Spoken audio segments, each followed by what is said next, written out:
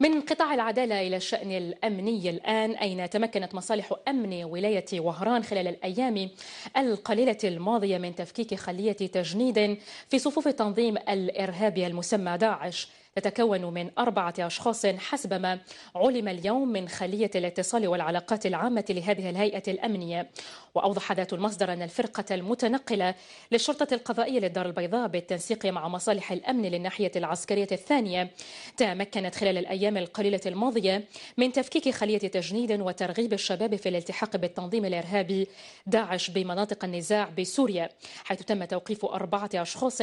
تتراوح أعمارهم ما بين 19 سنة إلى 56 سنة، من بينهم المكلف بالتجنيد. ويبلغ هذا الأخير 56 سنة وكان يستعمل تكنولوجيات الإعلام والاتصال لتجنيد الأشخاص لصالح جماعات إرهابية، فيما تم توقيف 3 أشخاص المتبقين وهم يتأهبون لمغادرة التراب الوطني للتوجه إلى سوريا، حسب ما أشير إليه بعد القيام بعملية التفتيش وفق الإجراءات القانونية داخل منازلهم المتواجدة بمدينة وهران، أين تم العثور على أجهزة إعلام آلي وأقراص مضغوطة تحتوي على صور وفيديوهات تشير أو تشيد بالأعمال الإرهابية، إضافة إلى جوازات السفر للتوجه إلى سوريا.